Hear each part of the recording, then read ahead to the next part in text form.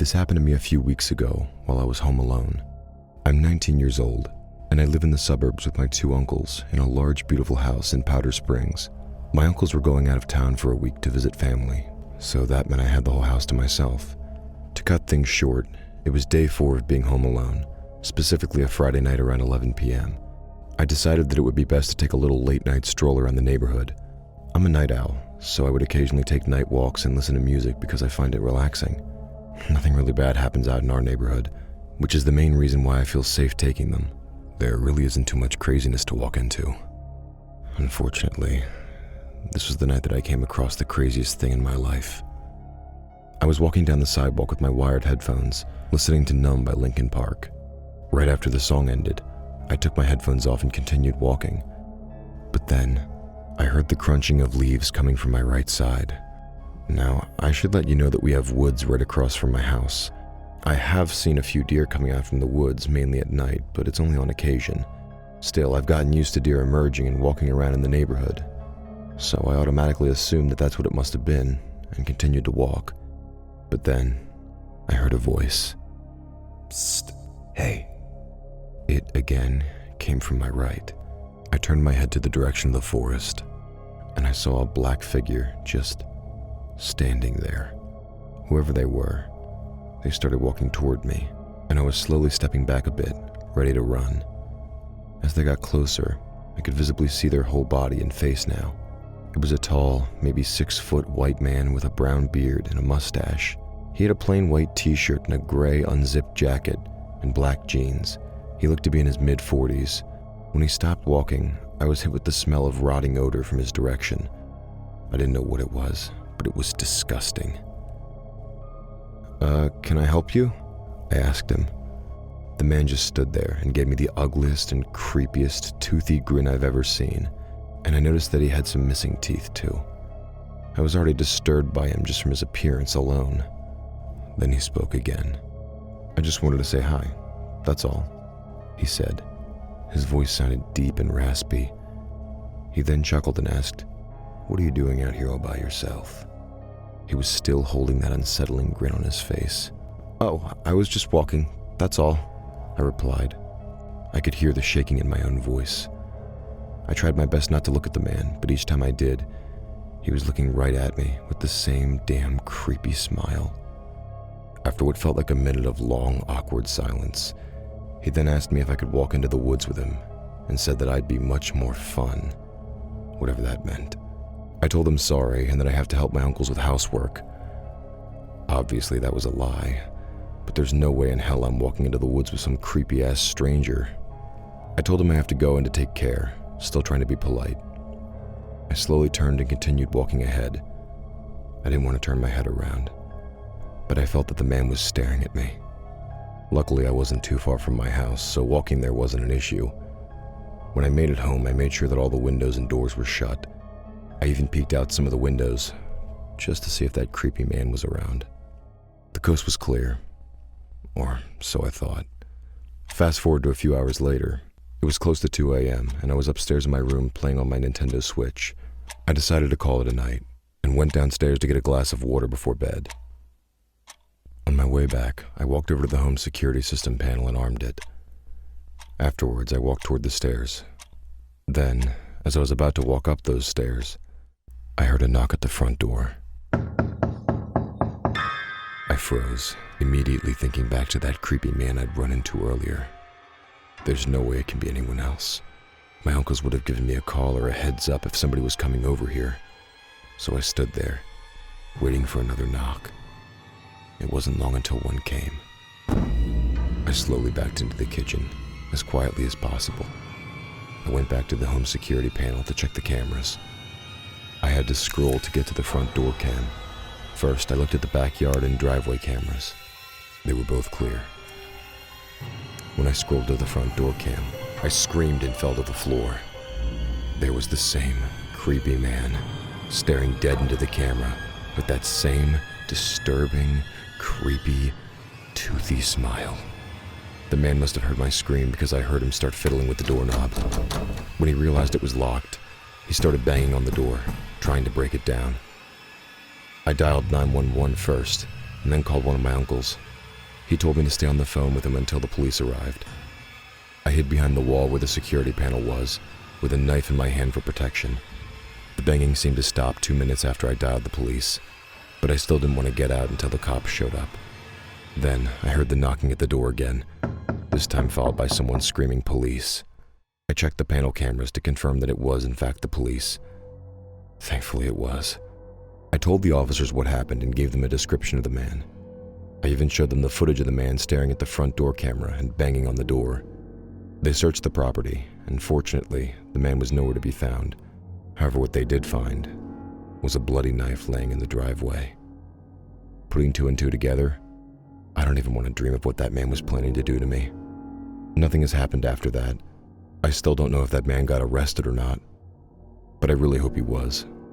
After that experience, I've stopped doing late-night walks alone for a while.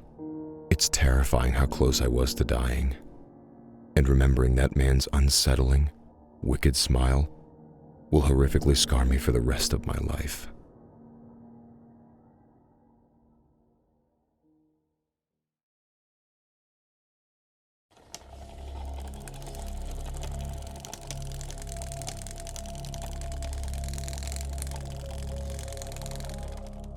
When I was about 9 or 10 years old, I was a child who struggled with sleeping, especially on school nights. This one night in particular started out as normal, pacing around my room like I always did. It was a habit I picked up in order to tire myself out before bed. I suddenly stopped, staring through my door window. The reason why my bedroom door had a window on it was because at the time the house was built, they were simply a cheaper option, as the upstairs of the house was built on a tighter budget than the rest. Even our bathroom had a window. I couldn't understand why I was compelled to look, nor why I was suddenly so petrified.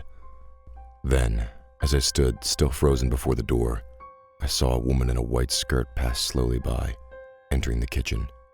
It was dark and I couldn't see who it was through the glass. Mom? I thought to myself. Yet it seemed strange, as she never wore such dresses as far as I was aware. Expanding my usual nighttime stroll outside the bedroom, I made my way to the kitchen to investigate. I hardly heard a single noise coming from the room, despite swearing I heard footsteps, even as I entered, stopping in the middle of the kitchen. I had lost sight of my mom and decided to go back to bed, confused. I couldn't stop looking at the entrance to the kitchen, though, as if expecting to see her magically appear. After some time, what felt like hours, I heard someone wake up and approach the dark kitchen again. Then that person turned on the light. It was my mom. Wait, I thought to myself, as I never saw or heard my mother leaving the kitchen, and my mom never acknowledged anyone else being in there, and still hasn't to this day. Only then it struck me. How hadn't I noticed it before? Maybe I was in denial, maybe it just hadn't sunken in right away, but there was something very wrong with my mother earlier. She never had black hair. I thought this to myself as I kept watching the kitchen entrance. My mother got herself some water, left the kitchen, and went back to bed. I was left wondering, searching in my memory for who that woman could have been. Grandma? No, couldn't be. She lived downstairs. My sister, maybe? My sister, maybe? No, not tall enough. She was a child back then, so it couldn't have been her. Finally, by the time I was ready for bed, exhausted over my pacing and thinking all this over, I figured it out. It was my great-grandmother. Shame she died 4 years earlier.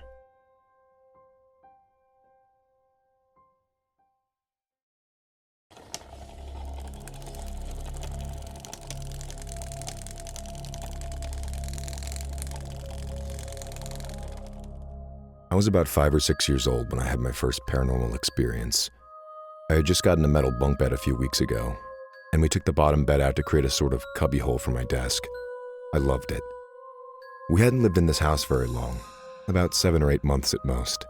I had finally adjusted to the place, and on top of it all, had only a few days prior started going to bed on my own. My room was located just beside my parents' room, only separated by a thin wall.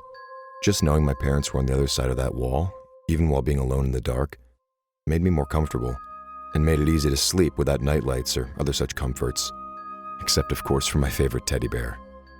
The night this all went down, my dad had previously been talking about some odd things happening around the house, mostly small things, strange whispering in the hallways at night, or cabinets and drawers in the kitchen being open. However, up until this point, I had seen nothing out of the ordinary myself. and felt perfectly safe here. I had curled up in bed. It was one of those nights where the moon was shining brightly into my room from the window, a rare treat for me. This meant I could see my surroundings fairly clearly from the faint white light illuminating the space. The house was dead silent, all except for my dad's faint snoring from the next room over. It didn't take me long to fall asleep, especially under these conditions, and for a while I snoozed peacefully, until, an untold amount of time later, I suddenly woke up. I don't know what possessed me to open my eyes that night. Perhaps I had subconsciously sensed something was amiss, like I was being stared at. Either way, I wasn't prepared to open my eyes and be met face to face with a pitch-black, featureless figure. It hovered 1.5 feet away from my face. It was large and unmoving. I held my breath, petrified. My mind raced with possibilities as to what it was, what it wanted, but the danger signals overpowered rational thought at this point. I managed to gather my courage, or perhaps it was the fact I had run out of breath to hold, and finally took in a deep breath, screaming in horror and closing my eyes tightly, readying myself to be attacked. But no such attack came. My heart pounded fiercely in my ears. My body was still motionless under the covers, which felt like restraints holding me in place, and my eyes were discomforted by how tightly I was forcing them shut. I needed to open them sometime, but I still felt palpable fear, like it was there, preparing to take me the moment I peeked. I knew it might be there waiting, but I needed to look. I needed to be sure. When I did finally open my eyes, the figure was gone, with no trace. The room was once again quiet, and I was alone. Despite the experiences of my family and the unexplainable events my father recounted, my own experience was unique because I simply never saw it again. To this day, I still haven't. Good riddance, I say. Although sometimes I worry it might return. Maybe it never left. Maybe it's always waiting, watching, always there whenever I close my eyes. I guess it's best not to think about it.